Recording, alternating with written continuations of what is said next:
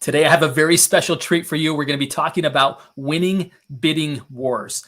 So if you're interested in how in a highly competitive market that, by the way, inventory is not going to go up quickly. And by the way, it's going to be a bit of a battle to get owners and homes for a while. You better learn this skill set. I have a foremost expert on that today. Stay with us.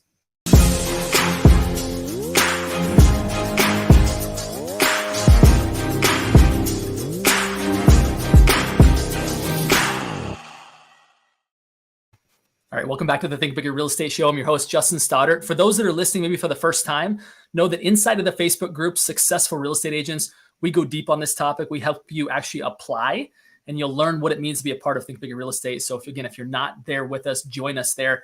Again, excited about today's guest. His name is Ken Pozek. He is out of the Orlando, Florida market, and he is an expert. They're going to close over $200 million in volume this year. He is somebody that absolutely knows how to get deals done. Ken, such a pleasure to have you on the show today. Man, thanks for having me. I appreciate it. Yeah, it's pretty fun to hear the success that you've had in your business. Some of that's come from great success on YouTube and other places. Thrilled to have you here. Let's dig into it, man. Tell us a little bit about your story. How did you get into real estate, and kind of tell us the journey up to this point? Yeah. So real quick, I didn't grow up in real estate, but I've always done real estate. I don't know. Do you remember Carlton Sheets on the like the late night infomercial guy?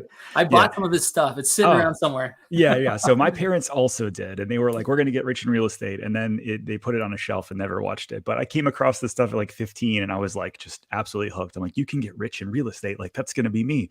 So I got into real estate, flipping houses right out of high school. That was when like anybody could get a mortgage, right?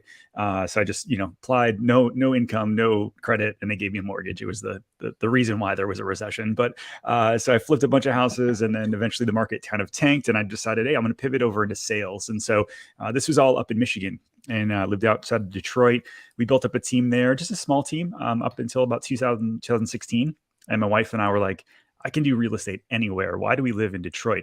And so we completely just upped our life and moved to Orlando. Huge Disney fans, Florida fans in general. And so we've built up this team now over the past 5-6 years, and predominantly through content creation, which is then bringing us a ton of buyers from all over the world. And so I know we're going to talk about winning multiple offers and that kind of competitive landscape today. So we built up this YouTube channel. This team worked to about $200 million in business this year. 80% of that is buyers, which can be like really tough in a market like it is today, but we're having some pretty cool success.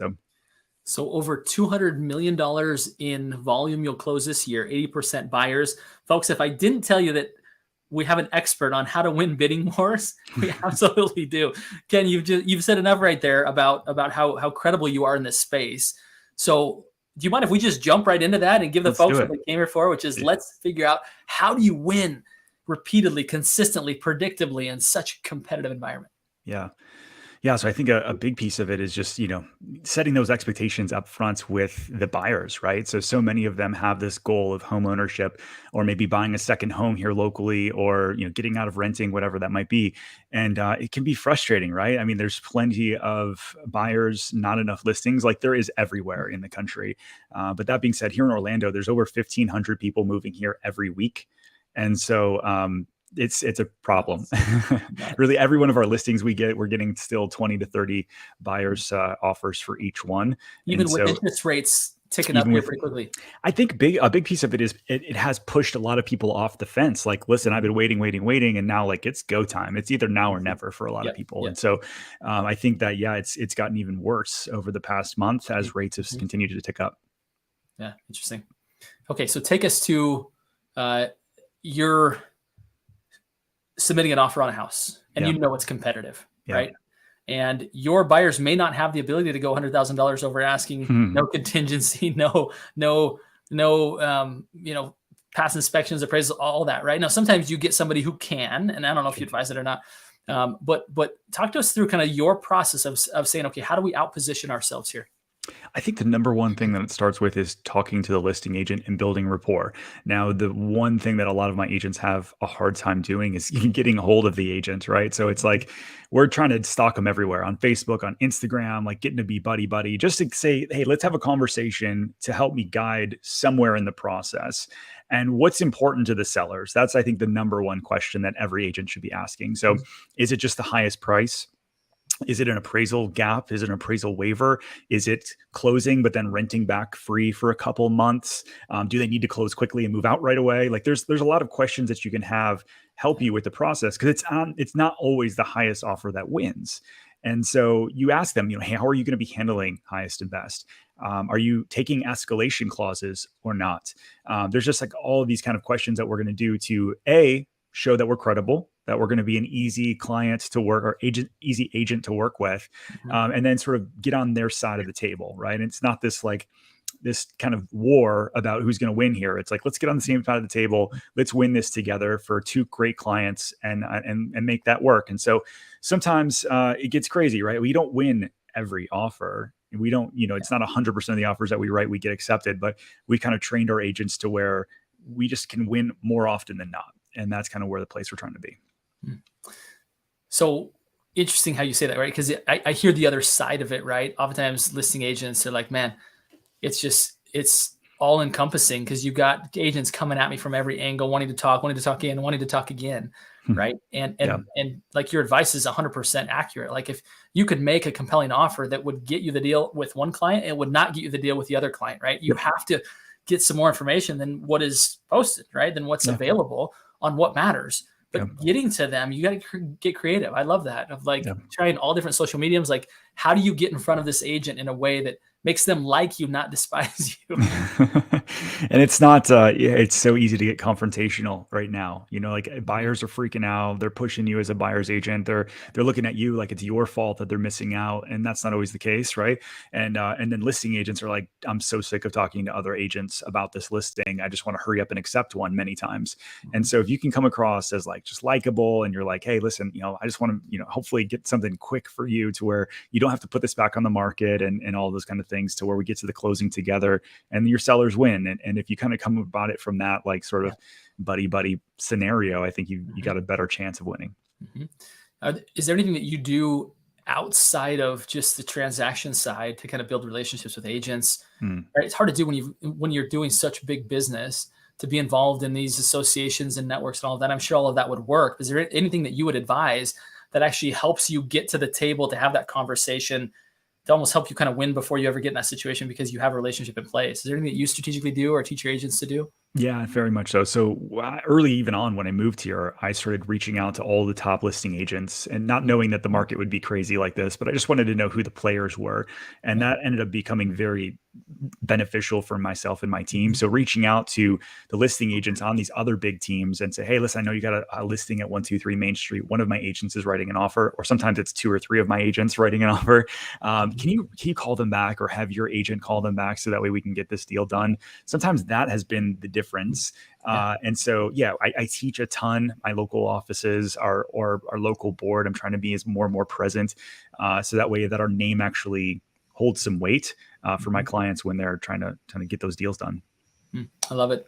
Yeah, I think at any time, if we try and convince ourselves that real estate's going all tech and that relationships don't matter as much as they used to, I think we're just missing out on how that's not the case. I think technology is becoming a bigger and bigger part, but I do think that those that couple that with the ability to make great relationships with the right people, right, will serve you more than most anything else. That's right. I think it's relationship-based, technology enhanced is the way that I put it. And so any way you can get a little bit deeper with somebody, and then it's not just, taking them out to coffee, but it is being present on social media. And like, when they have their kids going off to college, or, their grandkids just were born, being part of the community, your local agent community, I think that goes a really far way. Like we're not, it's not always a zero-sum game, which I think is where most agents come from, their perspective in our sales world. But if you're creating other relationships, man, it makes everything better.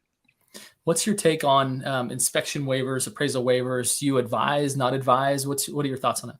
So appraisal waivers, we do often. We usually do an appraisal gap, though. It's like, hey, we're willing to pay $100,000 over list or over appraisal, not to exceed the purchase price. Waivers in general, I used to be an appraiser. Like as I was being an investor, my day job was as an appraiser.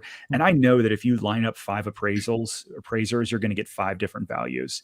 And so you could have one guy, like it's very commonplace for here where Orlando mortgage people are bringing in people from Tampa for their appraisals, which is like an hour away. They have no idea what values are locally. And so I just can't in good conscience say like, I'm going to waive an entire appraisal unless they're putting down like 50% or something like that. But so on the inspection side, we have not gotten into our local industry where that's become commonplace to waive inspection. But what we found success in is that we have our inspectors, a couple of them, on standby, and we say, hey, listen, we're going under contract or trying to go under contract on 123 Main Street. How fast could you get out there to do an inspection? And then whatever they tell us, they know that they need to get the report back the same day. We'll match that. So if it's like 2 days, 3 days, we try to get that as short as possible. Whereas I'm still, even as like when I do listings, I'm getting offers with 15-day inspections and 10-day inspections. I'm like, this is not 2018. What are you guys doing? So yeah, shortening it as quick as possible is what we'll try to do. And then also we'll write in there sometimes that, we'll hey, listen, we're only going to come back to you if there's health and safety. That's also over $500. So if we find some mold riddled attic, we're going to come back and try to negotiate. But if it's not something big like that, then we're going to be just taking it as is. I'm going to ask this question to anybody that's watching live. If you have questions for Ken on this particular topic, please speak up, put them in the chat. I'll see them and we'll be sure that they get answered here. If you're watching this after the fact, no problem. I'm sure we'll make sure that Ken is available to you, that we get you his contact info so you can continue to learn from him. I know he has a very robust YouTube channel, some other places where I'm sure you can learn a lot. So Ken, great stuff. What other secrets do you have for us when it comes to winning, right? I think what you've shared so far is absolute gold. Anything else that you would share on escalation, on anything else that's really helping you guys stand out from others in your marketplace? I would say that it goes all the way back to the buyer consult as well. So slowing down and there's so many times that you'll grab, we don't do Zillow or Realtor.com or any of that kind of stuff, but I know a lot of agents do. And it's like so much of the agents out there have been trained to be reactionary, to hurry up and meet the buyer at the first house.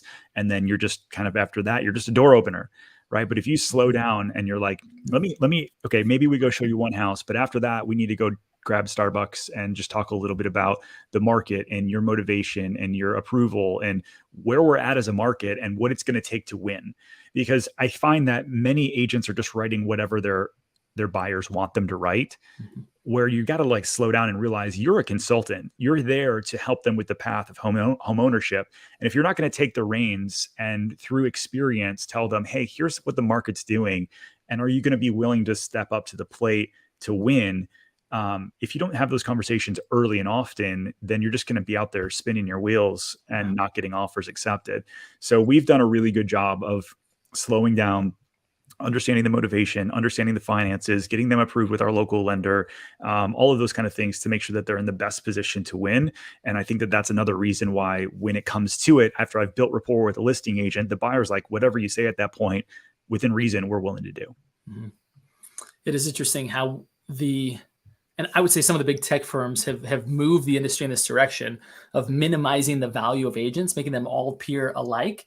To where a company like Redfin, right? No judgment on them. It's a powerful business model, but agents, they don't market their agents, right? They're all the same. It's like a bunch of robots, right? Now, keep in mind, if you're a Redfin agent, don't be offended. I'm just saying that their value proposition is not the fact that you're fantastic. It's the fact that their technology is fantastic and you will be there quickly, right? So for you to be really teaching your agents, Ken, how to move into more of an advisor role. This is a lot about what I talk about in my book, The Upstream Model, which is there is a place for well-paid professionals that will continue to thrive even as things get more commoditized, but they have to move into a role where they're more valuable. They're truly an advisor, not just a door opener. So I absolutely love what you're saying. It completely coincides with what I teach and believe, and that's awesome. Yeah, it's more of that fiduciary instead of functionary. Right, anybody can open a door, but to actually help somebody through the path of home ownership or selling a home or hitting their actual goals, that's what matters to us. So yeah, we live in the knowledge economy, right? Attention economy, knowledge economy. First, you got to get their attention, and at that point, you have to add real knowledge, and real knowledge is very valuable. And again, the competitors that are saying otherwise are not promoting this necessarily. But again, if you as an agent can be not just an advisor, but have unique knowledge that positions that client to where let's not even waste our time on that one. Let's go to this one. And you're saying this one because of what you've learned about the person and what you've learned about that particular home for sale. Now, all of a sudden, you're in a position to match demand with supply, which is where we get paid, right? That's right. Yeah, that's huge. That's huge. The knowledge economy is a big thing. Like that's what we do on YouTube. It's like we teach people about the area. We teach people about the builders. We're talking about build quality, the build path. We have a lot of new construction here. So most people are reaching out. They're usually starting with the new construction piece, and then maybe they pivot to resale once they can't find something that they want or they don't want to wait around. And so yeah, we just kind of, we're like the humble concierge, if you will. And like we're just, hey, you ever been to like a great hotel in New York and their concierge knows everything? Like you're like, hey, I'm looking for the best X, Y, and Z restaurant. They're like, you know where you want to go. It's way up down, on the east side. Go to this little down thing and you're going to love. Talk to Carlos there. He's amazing, right? And so you feel like, gosh, this guy knows everything. And if I need anything, I'm going to reach out to him. That's who we are on our YouTube journey. And then we also have a newsletter that we do. Trying to just kind of be that knowledge broker. And then through that, we're building rapport with people before they even meet us in real life. And then that's I think our kind of competitive advantage, at least locally, is that our clients are not just, again, looking at us as that functionary to open the door, but they're bought into kind of what we do. And I believe very strongly what you said, that and I think there's two major ways that we differentiate in our world. And at least two. I think one that I'm not going to mention, which is about building actual personal rapport with people, which I think is minimized in many circles, which, as we discussed at the beginning of the call, is critical. But beyond that, knowledge and then network, right? I heard you say with this concierge, the fancy hotel in New York, said, and talk to Carlos. I think the more that we can build our knowledge and our network, we create such value for people because we speed up their path to get from where they are to where they want to be at. And it just creates a very unique offer that's very different than the functionary, as you described, right? The person that's just out there going through the motions of doing what the clients ask us to do and what our profession tells us we should do. Yeah, we'll give you a $500 rebate if you buy with us. Like that's the path of least resistance. Like anybody can chip that, and at that point, it's a race to the bottom. Totally. You're just who can give me the most money back. And like if you're setting up the relationship that way at the beginning, it's going to go that way the whole time. And then think about who you're going to get a referral from as well. Like their friends are only going to come to you because you kicked them back something, right? It's a big difference than actually providing real value. Yeah. And in all honesty, if you actually look at how much a discounted broker fee nets the consumer versus somebody who is a true fiduciary that has unique knowledge and unique network, like that value absolutely dwarfs any discount, right? It does. And that's part of what I believe that we as an industry are failing and need to improve upon is, number one, being better and different, and then being able to communicate it, right? And in that arena, we are going up against billion-dollar companies, right? That can go in the red for a really long time. Yes. Right. I don't know about you, but I've got a mortgage to pay. And so like I can't go years and years and years without making a profit. So I had to pivot a different way.